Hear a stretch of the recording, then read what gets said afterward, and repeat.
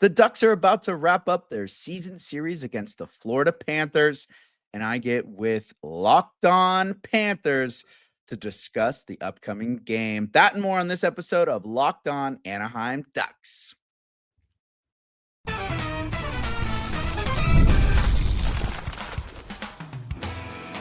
You're Locked On Ducks, your daily podcast on the Anaheim Ducks, part of the Locked On Podcast Network, your team every day. And welcome into this crossover edition of the Locked On Florida Panthers podcast and Locked On Anaheim Ducks podcast. We are part of the Locked On Podcast Network, where it is your team every day. I'd like to thank you guys for making Locked On Panthers and Locked On Ducks your first listen of the day. I'm Armando Velez, the host of the Locked On Florida Panthers podcast, here with Kyle Carr of Locked On Ducks on this crossover edition. Today's episode is brought to you by Game Time. Download the Game Time app, create an account, and use code LOCKEDONNHL for $20 off of your first purchase, and you could do that all on Game Time. So the Florida Panthers will be starting a 4-game road trip out in California and in Vegas, while the Anaheim Ducks will be wrapping up a homestand tonight. And these two teams are meeting for the second time in a matter of a week, and it's the 7-3-1 Anaheim Ducks. So Kyle, great to be coming together with you for the first time on a crossover. So looking forward to this one. Oh, absolutely. Thanks for having me on, Armando. And it is the battle of 1993, back at it. And both teams have had quite the roller coaster of history back and forth. And it's definitely a surprising year for Anaheim. And unfortunately, it looks like you guys have been a little wounded over there, licking your wounds, no pun intended. Yeah, and it's funny because the Panthers actually made an announcement of a meal deal when the Ducks came to town, of that the total price of it what is $19.93, and they're continuing that on for the rest of the season. So perfect timing for the Panthers to do that. But yeah, a lot of history for these two teams, although they haven't been both dominant at the same time, but they've checked up a lot of boxes. Multiple Cup finals, 2003 and 2007 for the Ducks, and then the last 3 for the Panthers, and in 96. Investment from ownership, as there's going to be arena renovations for the Ducks coming up in the next few years, and then stretches of the whole state being dominant. There was a time where California was a murderer's row for teams to go through, and now it's Florida that's kind of on that for the last few years. And then big trades, blockbuster trades, the big one for the Anaheim Ducks, Teemu Selanne; for the Florida Panthers, Matthew Tkachuk. And to think that all of that has checked those boxes for the Panthers ever since the expansion draft and the draft in Quebec City, where a coin flip decided the draft that year, where the Ducks got Paul Kariya, the Panthers got Rob Niedermayer, who eventually won a Stanley Cup with the Ducks in 2007. But it's crazy to see that these two teams have checked so many boxes throughout their 32 years. Oh, absolutely. And I mean, it's nice that Anaheim gets to claim that we're the first California team to win the Stanley Cup, even though LA had a team for so long. So obviously we hold on to that dear and to our hearts, but the Kings got 2. So that's kind of a bummer. But you guys are on your roll. You got 2 now. And I mean, with Anaheim, it's been just such a fun history. And no one, I think, expected California hockey to be a thing and to prosper. And my son plays hockey out here now, and it's huge. There's so many teams, and it's the fastest growing sport in California, and it's all because of things that the Anaheim Ducks have done. And I'm sure you see it out in Florida, and I would love to come out to your guys' stadium. I hear it's amazing with everything they've done there, and it's just an absolute party to hang out and see a Panthers game in person. But to watch where this team's been from the beginning, and kind of an ironic connection here, like how I got the whole process of me becoming to Locked On. My mentor was actually trying to do the play-by-play for either the Panthers or the Ducks, and he got offered from both teams to do it, and he ended up picking the Ducks. So that's how he ended up out here in California. But I feel like like you said, we're never kind of hot at the same time. And it is unfortunate that we're already going to finish our series for the year. So we don't even get to see where we're at like season end and battle each other out then. But I think this might be 2 teams that I think we're going to be watching creep towards the playoffs the whole season. Yeah, and the Ducks are the one team that a lot of people said that they're going to make the biggest push. And not a lot of people have been guaranteeing them to make the playoffs, but it's mostly of internal growth and of course a new coach. And 7-3-1 for the Ducks. All key wins being the Pittsburgh Penguins, although they blew a 3-goal lead last night against Toronto. Florida Panthers last week after a 2-0 lead. Detroit just recently, who's still towards the top of the Atlantic, and then the New Jersey Devils. When healthy, I do believe that's a team that could win the President's Trophy this season for what it's worth. But you think of also season by season, from what I've seen with this current Anaheim group is the fact that bringing guys along slowly but surely. I mean, Carlsson, McTavish, and LaCombe are in their third full seasons. Bennett Seneca is in his first full seasons, and then you build foundational pieces and trades for someone like Cutter Gauthier, an outstanding World Junior, and then it was a surprise trade that came out of nowhere. They kept that trade quiet right before it happened. There was no rumors of out in the open about it, and then signing veteran guys like Alex Killorn, Radko Gudas, and Frank Vetrano, who there's something about California and deferred payments. Frank Vetrano's contract is that, and Shohei Ohtani is that with the Los Angeles Dodgers. So it's been quite the build, and to think that they've also hit on draft picks from the previous general manager and Bob Murray, Perry, Lucas Dostál in the third round, Jackson LaCombe in the second, and Pat Verbeek continuing to try to build on that. Yeah, it's this crew is really fun to watch. I mean, we're kind of trying to create our own Alexander Barkov with Leo Carlsson. Yeah. He seems to be such a stellar player on both ends of the ice, and he's so fun to watch. And now Beckett Seneca, I was honestly one of those people that was like, I think he needs to season a little longer. Like, he just seems kind of like, he expected to be kind of dominant, and then he wasn't during preseason. And then all of a sudden it took him like 2 games and he's like, oh, I got this. And then the regular season started and he's taken off. He looks really good out there. His long reach is really fun to watch. And then the only thing I'm worried about, though, is historically Anaheim trains really good defensemen and builds them up. Like, we had Brandon Montour. You ever heard of him? Mm-hmm. We had Josh Manson. We had oh my gosh, Mahura. We had just all these guys that we build, and then Gibson. He's finally out now, but it's just wild to watch how much these guys have been able to develop professionals. And I think now they have the key ingredient, which is Joel Quenneville, who used to coach the Panthers, and I'm sure that was a pretty emotional return after how that kind of ended and brought Paul Maurice to the team. But what was it like kind of seeing Joel Quenneville back in the barn? Yeah, it was awkward. Not gonna lie, based on all the history that came with what happened in Chicago. But it wasn't really talked about too much. But I'm sure it was spoken more about when he returned to Chicago, where the actual situation happened. But yeah, there's no question that for the Panthers, when Joe Quenneville did in fact resign after the Panthers started 7-0-0, the Panthers were in a little bit of trying to figure out who they were after that.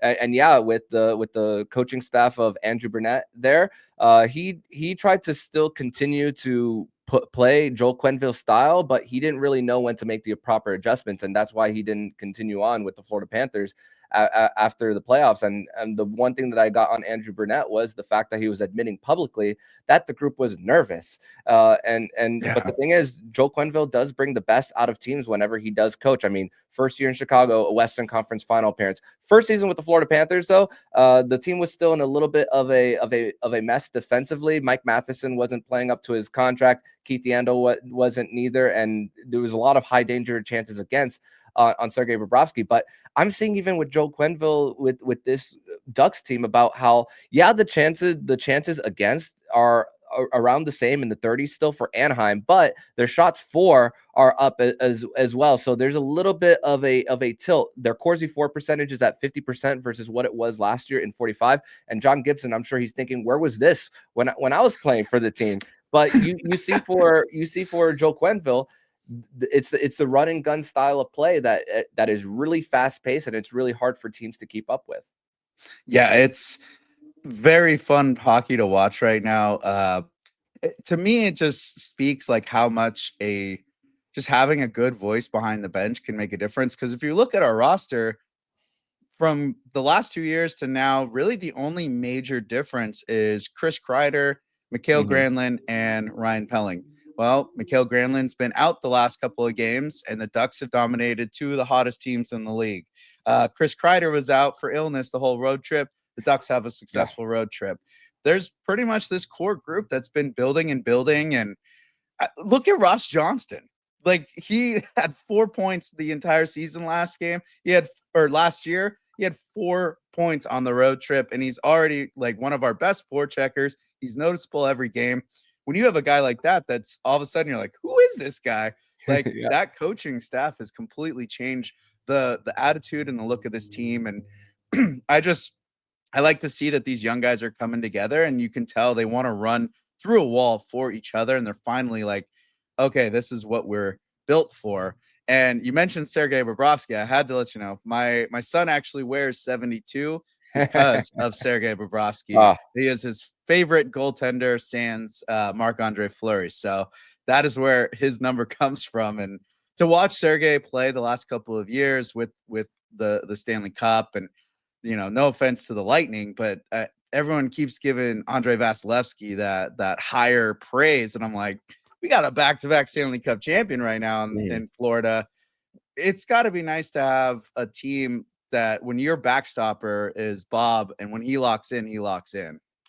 No doubt. And I think a lot of people don't give him that title because he's a little older. So that's really what I'm thinking. He's 37 years old and still playing so that's young. well in the crease.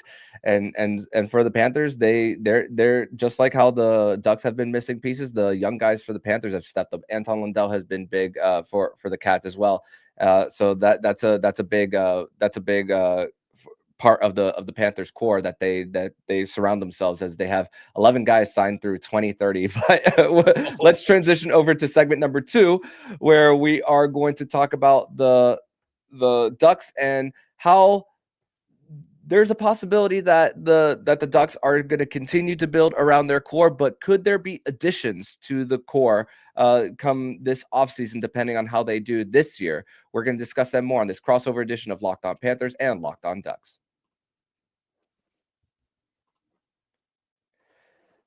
But first, we're going to tell you guys all about Monarch. And most people of us can't even name our financial accounts, let alone what they're worth. Between 401ks, saving, and investments, it's easy to lose track, and it could even mean leaving money on the table. That's why I started using Monarch, the all-in-one personal finance tool that brings your entire financial life together in one easy to use interface on your laptop or your phone. Monarch's visual data boards and smart tools make it so much easier to understand where my money is going and how to make it work harder for me. So don't let financial opportunities slip through the cracks. Use code LOCKEDONNHL at monarch.com for 50% off of your first year. That's monarch.com, code LOCKEDONNHL for half off of your first year.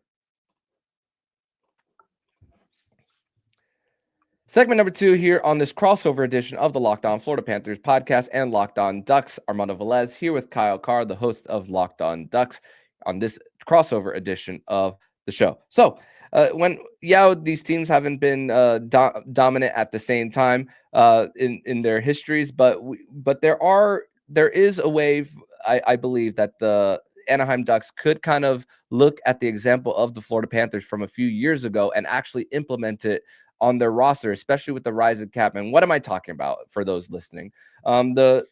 Assuming that Elliot Friedman's prediction of $107 million for next year's cap, that means the Ducks will have 43 in cap space, but they have 11 roster spots to fill. So that's quite a lot of mouths to feed for the Ducks. So there's the Cutter Gauthier contract that's going to be up, Leo Carlsson, and on the and a few other RFAs on the defense. But with 3 second-round picks next year, they still have their first next year. Before I get to a possible trade, Pat Verbeek has an opportunity to put his foot on the ground, and also whenever it comes to the contract of Leo Carlsson, to say this is going to be our internal ceiling for our star player. and nobody is going to go above that. Kind of what Bill Zito did with Alexander Barkov just a few years ago in the 2021 offseason, saying this is going to be 10. And as the cap has risen, the Panthers have been able to afford and pay players on middling salaries, like currently Marchand this year, Anton Lindell, Gustav Forsling, Eetu Luostarinen, Evan Rodriguez, and then come next year, Nico Mikkola. So that's a chance that I see of Pat Verbeek whenever it comes to this upcoming negotiation for Leo Carlsson. Yeah, I definitely think he's going to be the barometer. This offseason was tough watching the Mason McTavish negotiation go nowhere and just waiting and waiting and waiting. And then finally you get the signing. And then like a week later, they're like, boom, Jackson LaCombe, done. And that was a surprising payout. I was not expecting that high of a contract for Jackson LaCombe, but I appreciate it. It's good to have him locked up. So now you're going to get Leo Carlsson. And yeah, I think that he's going to set that tone for the team and where everything's at. And I definitely see Verbeek trying to go more of the Panthers route. You can kind of see with the players that he's trying to bring in and how the style that Quenneville coaches, and they're getting a lot faster, heavier. They're checking a lot. They're playing a lot more physical. And then you got to worry about like, who do we bring in and who are we locking down when it comes to money? And are we going to be paying guys? And that's where I'm a little scared, because some of these guys might play themselves out of Anaheim because of how well everyone's doing collectively. But Leo Carlsson's going to be that level and setting the tone, like you said, for where these contracts are going to be landing. And having that cap space go up is, I think, a huge deal. But I don't see the Ducks trying to go more the Maple Leafs route, where they've got a super top heavy roster and then they end up just not having the supporting cast behind those big guys. So definitely nice to see the cap space going on. And you mentioned Elliot Friedman, and one of the trades that I've been hearing rumbling around beyond what I think we're going to talk about is the Artemi Panarin talks. Yep. And the Anaheim Ducks already have 4, 5 New York Rangers from the last couple of years. Frank Vetrano, Ryan Strome. We've got now Chris Kreider. We have Jacob Trouba. Just the whole list goes on, and we don't need to be the Anaheim Rangers. We need to be the Anaheim Ducks. And yes, Panarin's a great player, but like you said, we have so many young, talented players coming up through the system that are going to need that paycheck. So Verbeek's got his work cut out. I don't envy him right now. And he's definitely, the players have made it harder for him with how well they're all playing. Yeah. And Pat Verbeek, the talk out there has been tough negotiator. And hey, who did he work under? Steve Yzerman in Detroit. So that's who, crazy enough, they made a trade, and he helped his friend out when it came to the Gibson contract and bringing having the contract of Ville Husso there to as a little bit to also help them get to the floor above it. But with Anaheim here, I'm also thinking about what they have as far as draft assets. And the thing is, we've seen over the years how and now it's going to continue that free agency is not gonna be a major frenzy, and that the Panthers, they built their championship team off of mostly trades and also bargaining off of them. Brandon Montour, when they traded from him from Buffalo, it was a 3rd round pick. They traded Sam Bennett for 2 second round picks. So it's and also I think of for Vladimir Tarasenko, it was not a 1st round pick that they gave up for him neither. So I think it's an opportunity to at least with the assets that Anaheim has to at least make a possible splash. And I'm thinking, I know there's Artemi Panarin, but he's a little bit on the older side. But there is a very young, skilled winger from Southern California that I'm thinking possibly Jason Robertson, possibly going back home. Yeah, you'll have to pay a little bit more for him based on the California tax versus Texas. But with what Dallas has had in a squeeze versus what Anaheim doesn't, yeah, there's, like I said, a lot of mouths to feed. What do you think the possibilities of that trade of Pat Verbeek pulling a possible trade off to bring Robertson back home? Well, of all the 2 players, I mean, you look at Artemi Panarin, like you said, a little older, and when I look at Jason Robertson, I think of playoffs, and he is a guy that is so good when it comes to the playoffs. Like, he might be quiet for a couple games, but he basically has carried the Dallas Stars through the playoffs. And then they just paid Harley a huge paycheck, which a lot of people are like, wow, like, love I think it's great, but it seems like kind of an overpayment. And now they have to worry about their cap space with Robertson. So I definitely see Pat Verbeek trying to hound this. I think it was talked over the offseason that was an opportunity and he was kind of thinking about it. But if I think Robertson's going to be a player that can really seal the deal and give this team kind of that playoff depth that they need. And to bring that experience of a player like Robertson who knows how to score. I mean, that's why we brought Chris Kreider over. He's a guy that can just find that danger area, be sniffing out and getting those tips and picking up the trash. And Robertson's a guy that can do it all on the forecheck, the zone entrance, the defense. He's a guy that's going to be a huge asset if the Ducks can bring him over. The only issue is I don't know what they're going to have to give up and what Dallas is going to be looking for by that time. The Ducks do have a ton of prospect depth, and they have people that they could send over from San Diego, like Tristan Leno could be a possibility. Stain Solberg's been someone that's been mentioned that people are hungry for. There's guys that are there, but do the Ducks want to get rid of that homegrown talent? Do they want to move someone that's on this roster right now? That's where I have a hard time right now because I feel like this roster is unexpectedly gelling extremely well. Like we don't even have Ryan Strome in the roster at all yet this year. Where's he going to slot in once he's healthy?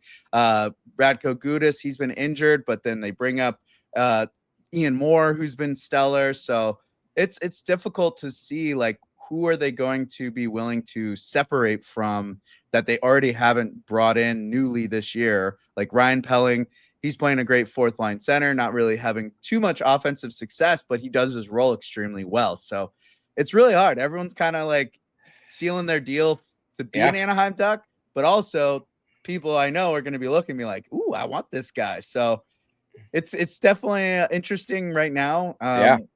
Who are they going to their trade capital, I feel like is very low, but their draft capital pretty high. No doubt. And that truly helps whenever you've so far proven it. But through 12, 13 games that these teams have played, you still want to see if it can be continuous. But also RFA, you can wait until the end of the season. So that's not really a this season type of problem. But we like to look big picture, of course, when it comes to certain franchises as well.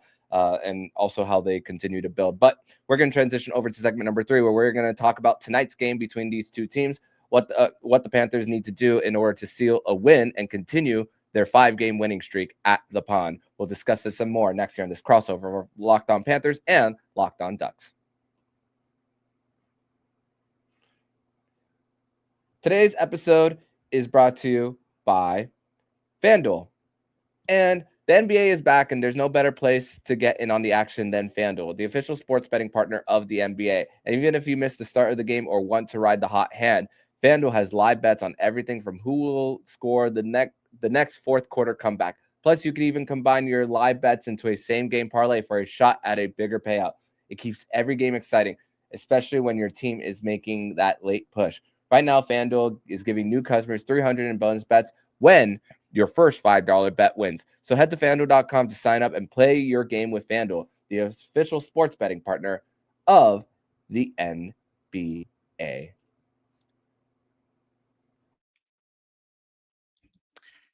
Hockey season is officially here, and nothing beats being in the arena for those opening games. But let's be real, getting tickets can be a total headache. Between waiting in queues, surprise fees, and prices that jump right before checkout, it's easy to get frustrated when all you want to do is cheer on your team. That's where Game Time comes in, the app that gives fans the advantage. It's your ultimate life hack for scoring amazing NHL tickets fast, easy, and stress-free.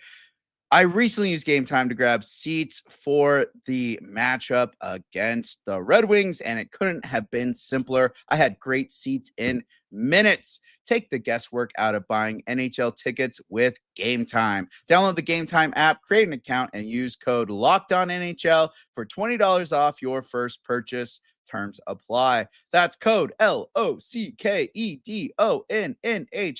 for $20 off. Swipe, tap, ticket, go. Third and final segment here on this crossover edition of Locked On Panthers and Locked On Anaheim Ducks. Thank you once again for making both of our podcasts your first listen of the day.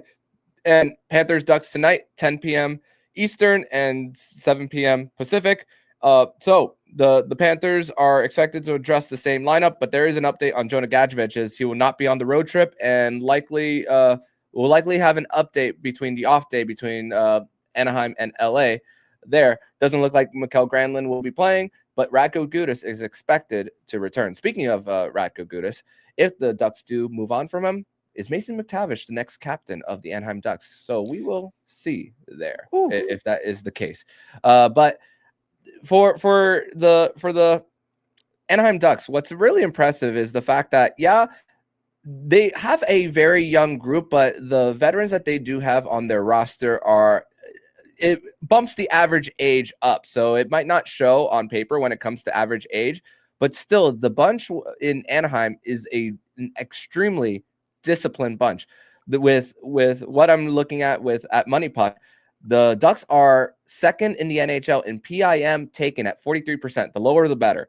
The Panthers are fifth in that category. However, the Ducks are 19th in power play percentage, but still, when you have more of those power play opportunities, you're going to give yourself more of a chance to win. And with speed, with that helps draw hooking calls, high sticks, and everything in between.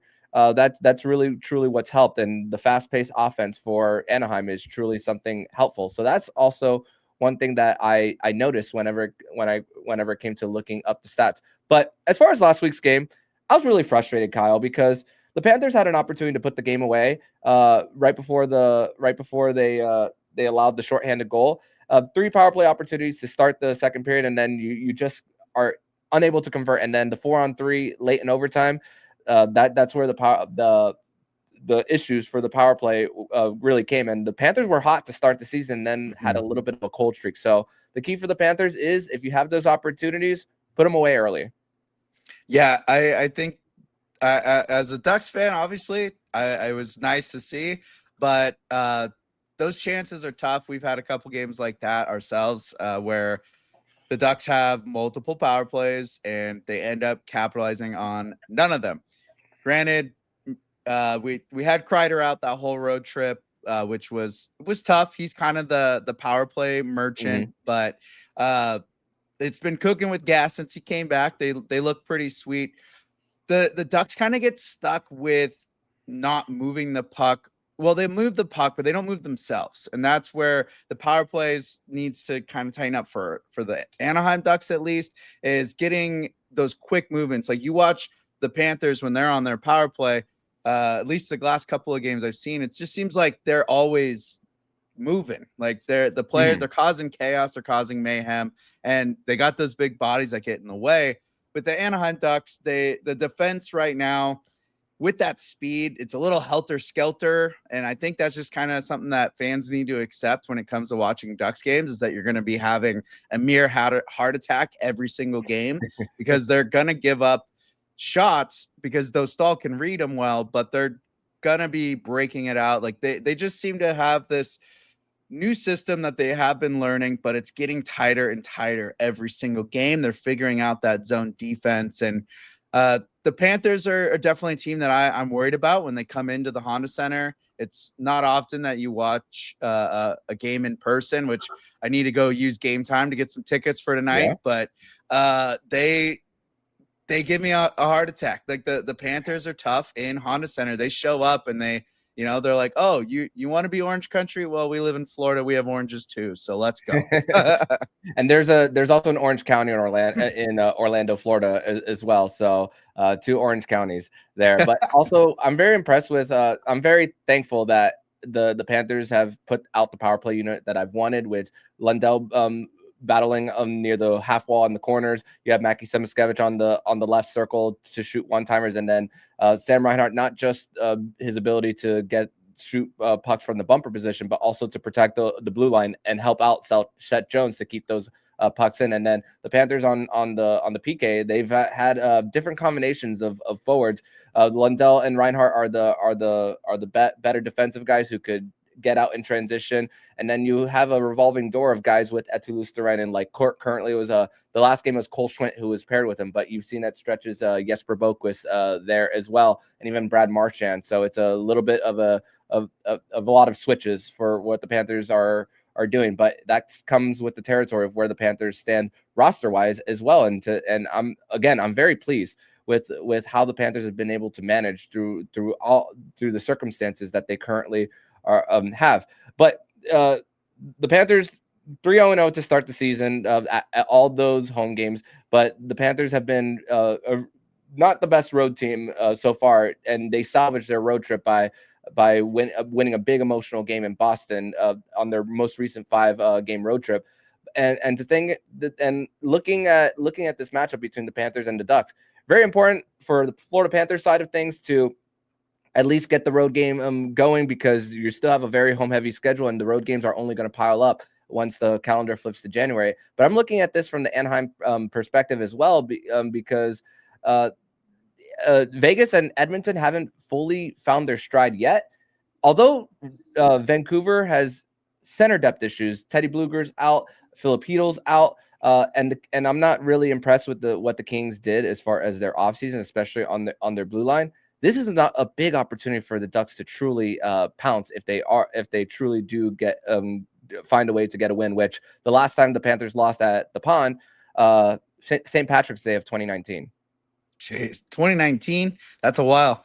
Yeah, wow. We also just saw a stat that this is the first time the Ducks have been, well, now they're in second because Seattle came out of nowhere this year. Yeah. They're rocked out of a rocket or whatever the heck, however that term is.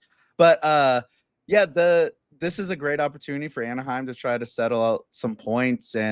But I was going to say it's the first time since 2021 that they were in first place in the Pacifics. So wow, a lot of records or numbers that are finally we're getting to see that the Ducks faithful haven't seen in quite some time. So if they can seal off a deal against Florida, I think they're going to be setting their tone pretty well. Last game against you guys out in Florida, Bobrovsky was not in net. Marchand wasn't in the roster. There's some guys that they're still going to have to prove themselves against. And I don't know what Florida has in mind for the net tonight. If it's going to be Bob again. Okay. I think Tarasov will start in San Jose on Saturday. Okay. So I think that'd be that's what I'm really looking forward to. Is I'd love to see a Dostál Bobrovsky battle. There's an absolute goalie clinic is what I'm looking for out of this team.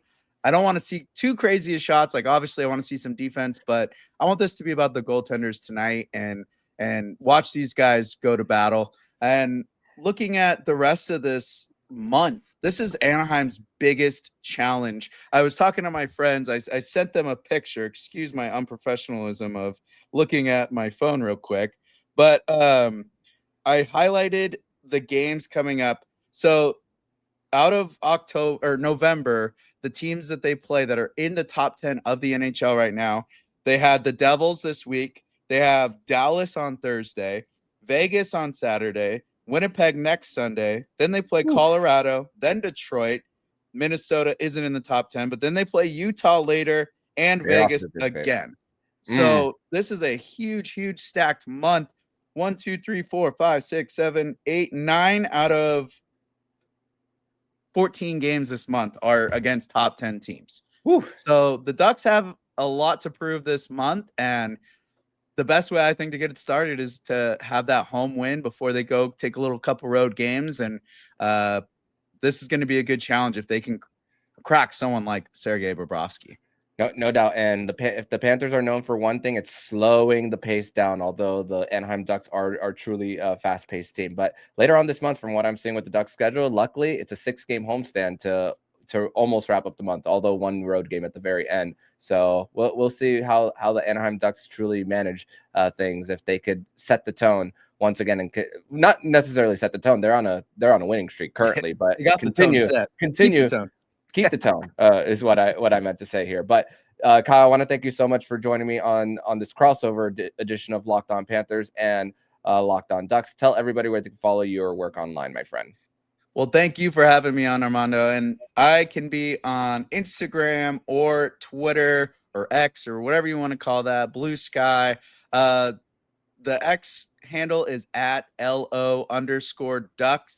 And I believe Instagram, you just have to look up at Locked On Anaheim Ducks, all one whole thing. And then, of course, YouTube, go like and subscribe. And then all of your audio platforms for podcasts is where we're at. So please check it out. And also TikTok. I always forget about that thing, but TikTok, we're there too. We're doing it. Yeah. So for the Anaheim Ducks listeners, you can follow me on X at Monoman12. Follow the show account at @LO_FLA Panthers on X and on Instagram, and also follow the Locked On Florida Panthers anywhere you listen to podcasts and on YouTube. So Kyle, thank you so much, and I'll have my coffee ready for tonight as I'm on the East Coast. But have a blast tonight, and we'll see who wins. So thank you, and yeah, got to keep that energy up, and hopefully I'll get in there in person with some game time deals. Thank you for making Locked On Anaheim Ducks your first listen today. For your second listen, check out the all-new Locked On NHL Game Night. Every game, every night until a Stanley Cup champion is crowned. Get local analysis on a national scale. Find NHL Game Night on Locked On NHL on YouTube or wherever you listen to podcasts. Go like and subscribe to the Locked On Ducks YouTube and find us on social media. And as always, I'm Kyle Carr. Be good out there.